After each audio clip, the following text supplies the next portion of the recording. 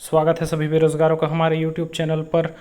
और कल CSPHCL का जो डेटा एंट्री ऑपरेटर का एग्ज़ाम है उसका टाइपिंग टेस्ट होना है। तो इसके लिए कुछ टिप्स एंड ट्रिक्स है जो मैं समझता हूँ कि हमें ध्यान रखने चाहिए कल एग्ज़ाम देने से पहले तक।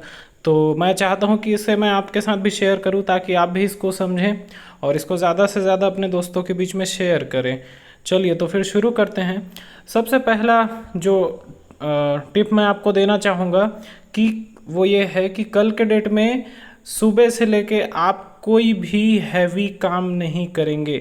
नो हैवी वर्क, मतलब कि सुबह से लेके कोई ऐसा काम नहीं करेंगे जिससे आपके हाथों पे ज़्यादा प्रेशर पड़े या ऐसी कोई भी चीज़ हो जिससे आपके आपके हाथ में प्रॉब्लम हो या तकलीफ हो, जिससे आपके टाइपिंग में कोई दिक्कत आए।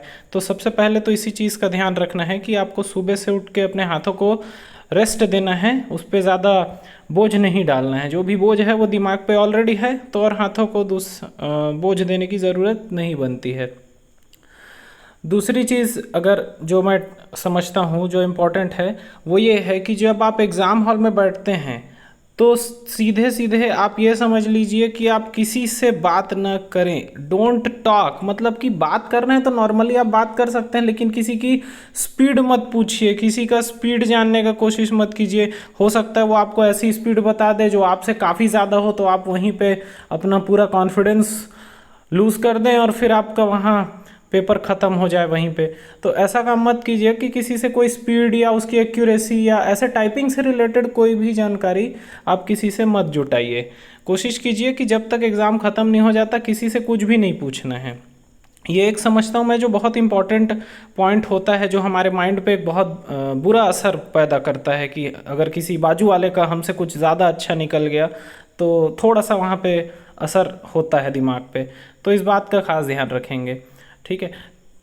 थर्ड जो टिप है वो ये है कि जब आपका जो मॉक टेस्ट जो चालू होगा, जो मॉक वाला जो आपको 5 मिनट का जो पहले दिया जाएगा, उस टाइम पे आप क्वेश्चन मार्क और एक्सक्लेमेशन मार्क, इसके जो बटन हैं शॉर्टकट कीज़ होते हैं, उसको अच्छे से चेक। वैसे तो सारे बटन आपको अच्छे से चेक कर लेने हैं, लेकिन खास करके ऐसे बटन जिनमें शॉर्ट अल्ट कोड लगते हैं उनको आप खास करके चेक कर लेंगे एक बार कीबोर्ड से।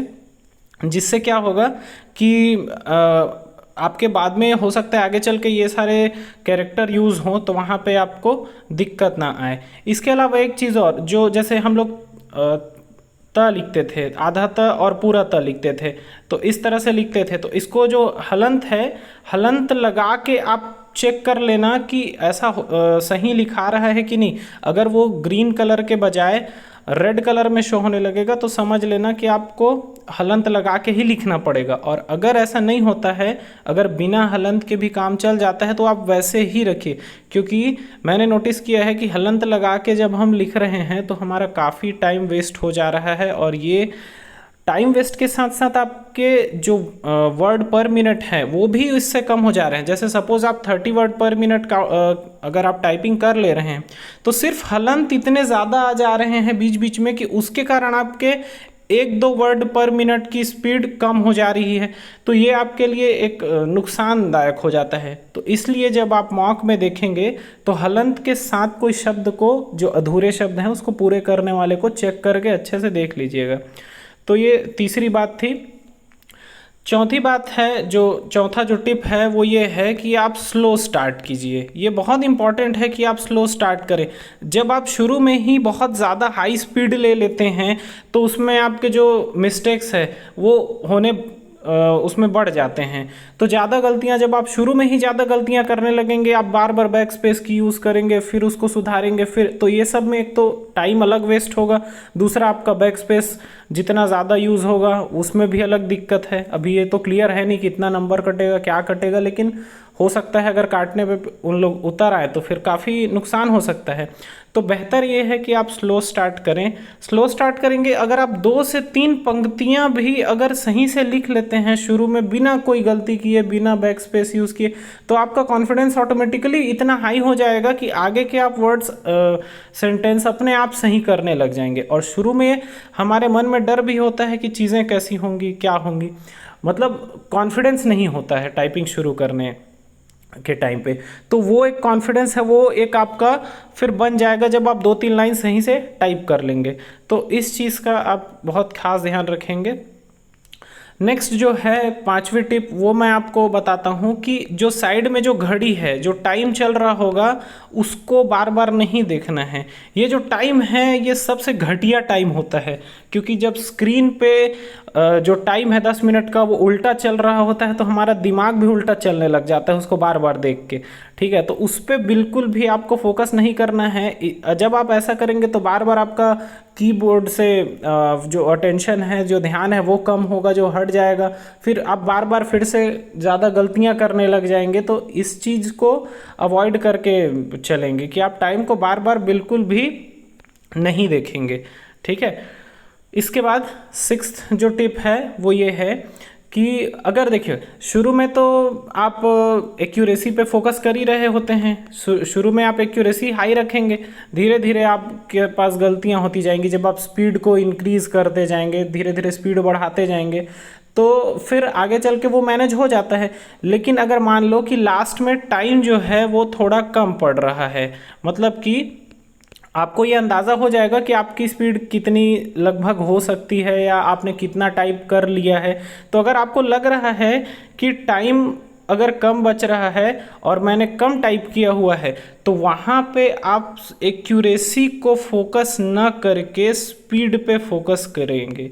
क्यों ऐसा? इसलिए क्योंकि ऑलरेडी आपके जो उसमें नोटिफिकेशन में बोल दिया गया है कि 75% एक्यूरेसी अगर आपकी है, 75% से ज़्यादा एक्यूरेसी है, तो आपको उतने नंबर मिल जाएंगे, ऐसा उन्होंने कहा है। हालांकि कुछ नंबर काटेंगे उन लोग ऐसा बोलने के बाद भी, पर फिर भी क्योंकि आपको स्पीड मेंटेन करना है। जैसे आप अगर 34 वर्ड पर मिनट की स्पीड अगर आप ले आते हैं, उसके बाद आपका बैक स्पेस के कारण भी नंबर कटता है, तो 1, 2 या 3 नंबर जितने भी काटते हैं तो भी आपका 46 या 47 मार्क्स तो आपको मिल ही जाएंगे, है कि नहीं।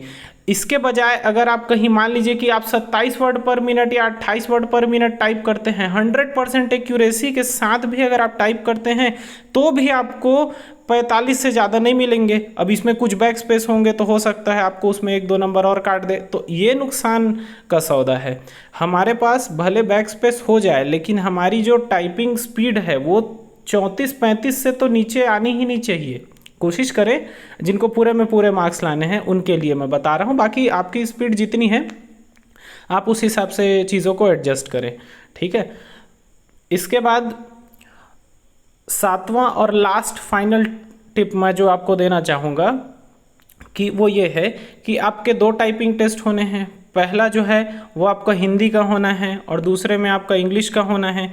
ठीक है, तो अगर हिंदी का देखो, हिंदी टाइपिंग टेस्ट सबका खराब है, ऑलमोस्ट जितने कैंडिडेट होते हैं। इंग्लिश टाइपिंग करना आसान होता है, हिंदी मुश्किल होता है। उस पर कृति देव थोड़ा आसान भी होता है, लेकिन रेमिंगटन गिल है, आप सभी लोग देख चुके हैं मॉक में कैसा उटपटांग सा इंटरफेस था और सारे वर्ड्स कैसे अजीबोगरीब लिखा रहे थे।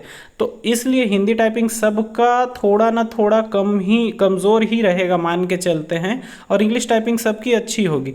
तो अगर आपका हिंदी टाइपिंग का जो पेपर है वो उतना अच्छा नहीं जाता है, तब भी आप अपना कॉन्फिडेंस मत गिराइए। आप इंग्लिश को अच्छे से फोकस करके उस पर 32-33 वर्ड पर मिनट लाइए, उसमें 50 में 50 लेके आइए। हिंदी में जैसे आपका 40 भी आता है तो भी आपके टोटल 90 मार्क्स होते हैं, और 90 मार्क्स भी बहुत है आपके सिलेक्शन के लिए। ठीक है, तो इस चीज़ पे बहुत ज़्यादा ध्यान रखते हुए चलें। ठीक है, तो इस वीडियो को जितना ज़्यादा से ज़्यादा हो सके आप शेयर कर दीजिए। कल हम इस पे बात करेंगे कि आप सभी के जो टाइपिंग जो टेस्ट हैं उसमें आपने कितने वर्ड्स टाइप किए या कितने कैरेक्टर्स आपने वहाँ पे टाइप किए। तो इस पे हम लोग एक पोल जैसा रखेंगे, तो उससे हम लोगों को ये पता चल जाएगा कि लगभग कैसा था सभी का एग्ज़ाम। तो उसके लिए चैनल को सब्सक्राइब कर लेंगे, वीडियो को लाइक और शेयर कर देंगे अपने दोस्तों के बीच में जितना ज़्यादा से ज़्यादा हो सके। Thank you very much.